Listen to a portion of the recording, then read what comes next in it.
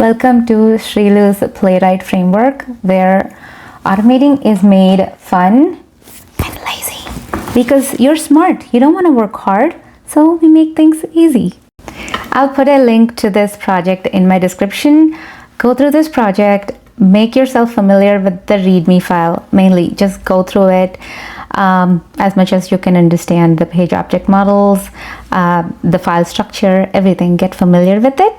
And go ahead and download the project. Once you have downloaded it, put it in a folder where you would like to try it out from. I would recommend use it with VS Code. So yeah, bring it up with the VS Code, and do not forget to rename the file. Rename the file, make it something like your name or something. And first things first, bring up your terminal and let's start setting up the project. I'm assuming you already have Node installed on your system. If not, that is absolutely necessary. So go ahead and install Node on your system. Now that you're set up, let's go ahead and install all the packages and everything that we need for this particular project. So just do npm install, and that should install all your dependencies. Go ahead and run the next command given in the README file, and it should set up your JSON file, user.json file in the .auth folder. You are ready to run the tests. So go back to the README file and get the first command to run the tests. This is going to run all of your tests that you have set up in the project. So go ahead and run it.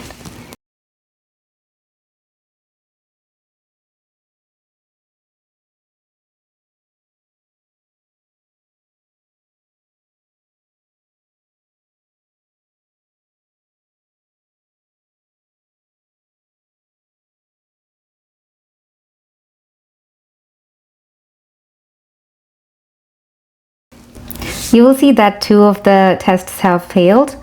It's up to you to figure out what exactly failed, if it's a real failure, or you can do something to fix it. So that'll be your homework. So have fun. So let me explain what this particular setup does for you by using the unit tests. Yes, this project has a set of unit tests. Trust me, we want them because we always don't have time to review the code. We are in a hurry.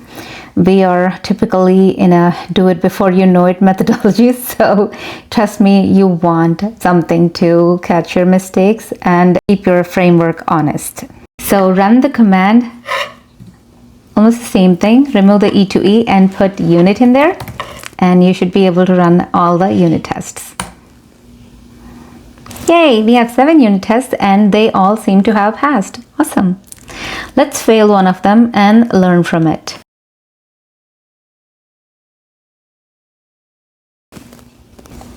I am going to add a skip to this particular file and test, and only to this particular test. And let's see what the unit tests say. No, it doesn't like it. It doesn't like it. It doesn't like it if you leave anything let's look at it. Anything like only, skip, fix me, fail. No, you cannot leave anything like this before you check in your code. Haven't you had an experience where you're testing in the lower environment and some developers debug code is in there and it freezes your whole frame and you can't move forward with any of your testing or any functionality? So we need to do better. We learn from their mistakes too. Okay, now my tests are passing. So now let's look at the file structure. So let me see if I can just add another file.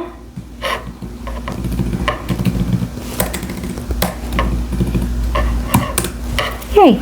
And let's see what the unit tests have to tell us. It says no, it doesn't like it. Why doesn't it like it? It doesn't like it because we added a new file and we didn't account for it. So how do we account for it? Go to the file structure .test in the unit tests folder and add the newly created file over here. and then your test should be fine. Your unit test should be fine. So any file that is added, deleted, renamed at any point, you have to account for it in this particular file so that everything is kept in check. Hope that makes sense. I will simply go ahead and delete the newly created file. Okay, and next one is fixtures. Yes, we need to talk about the fixtures. So under the helper folder, there is a file called fixtures. This is where all your page objects, all your functions and everything are initiated. And we also have something called a logger, a custom logger, where all the messages, like in a very fancy way with emojis and everything, they are saved to your report file. Let's look at the report file really quickly. See these fancy messages? Those are things that you put in there. And I added emojis so that they stand out of the crowd, and they also, seem to be in English. So yeah. This fixtures file, please do not touch it. Keep it as is unless you absolutely know you need some more enhancements done and you have absolutely tested them out and you need to enhance this file, or else just keep it simple, keep it as is. I did a lot of stuff with this fixtures file where I was experimenting with different features, a lot of various features, and I finally decided, like, nope, this is all I want. I want all my functions and all my page objects initiated in a certain way so that I'm not importing like a million, import this file, import this file, import this file, and everything. So what is this? Let me go ahead and explain what else this fixtures file does. So you can see there is all pages and all functions. They come from all functions lives here, where it is importing all of the functions under the functions folder. This is where you keep like, type and,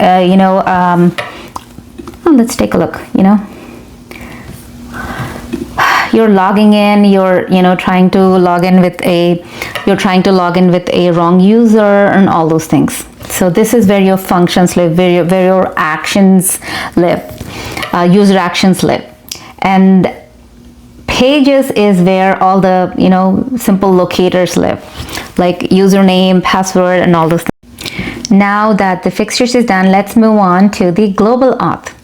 What does the global auth do? Again, we have another file called globalauth.setup.spec.ts, and this is something that initially goes in, logs in with the user, and that user is used and then you don't have to log in each and every time, so that browser context is saved, and it saves a lot of time depending on how many tests you have. It saves a lot of time. So you can change the these particular variables, but keep the rest of the file as is intact so that you can use it efficiently. And that's what this test does. It makes sure this file has not been touched except for these variables. Hope that makes sense. On package.json. This is an important file where we have configured how our scripts are going to be run, what are the dependencies and everything. So absolutely, this file needs to be protected. So I have a unit test for this file. Page object name. This is going to be a really long topic. So in this page object test, page object name.test, you will see like these are all the prefixes that are allowed. Let me explain to you. I have seen so many times in automation where they have like username, text box field, something like that. I mean, like you are explaining to me what kind of element something is after you named it. No, you have to name it before. Let me explain to you. There is something called IntelliSense, and we have to use it. We have to be able to use it, and we can use it just by naming things smartly. So I'm writing a script and I am like, I need to use a field. I can't remember what field this is. And as soon as I type an F, I get all the fields in that particular page. It's as easy as that. And if I'm like, I want to use a button, I use btn, and then all the buttons that are available in that particular page, they automatically generate. So this is a better way of naming your locators, page objects. So think about it.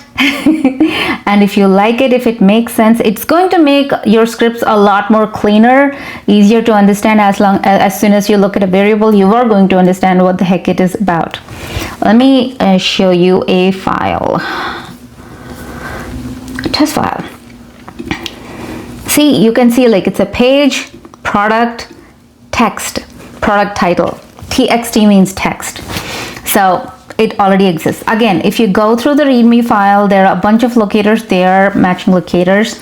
So you should be able to understand like, hey, how are the prefixes used and what is their purpose? And right now we have like various ways of doing things, but this is something I've been doing for like, I don't know, 15 years, no, 16 years.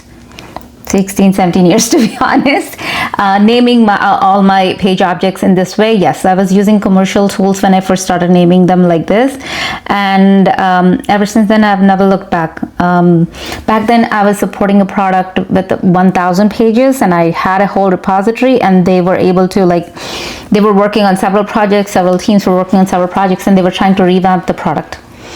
So what they did was like they took part of the code from the old legacy application and they wrapped it around a new wrapper. So it's very easy for them. They have one wrapper, it goes around all these pages, and it's like it's calling them.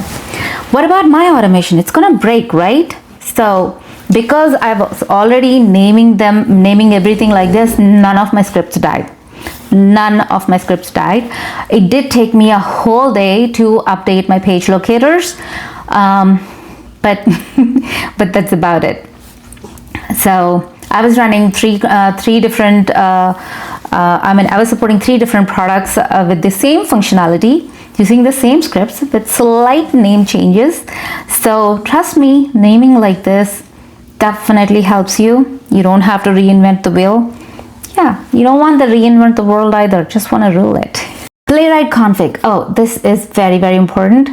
Go through the Playwright config. You have a section where you are set up for the unit tests, and a section where your actual project setup starts.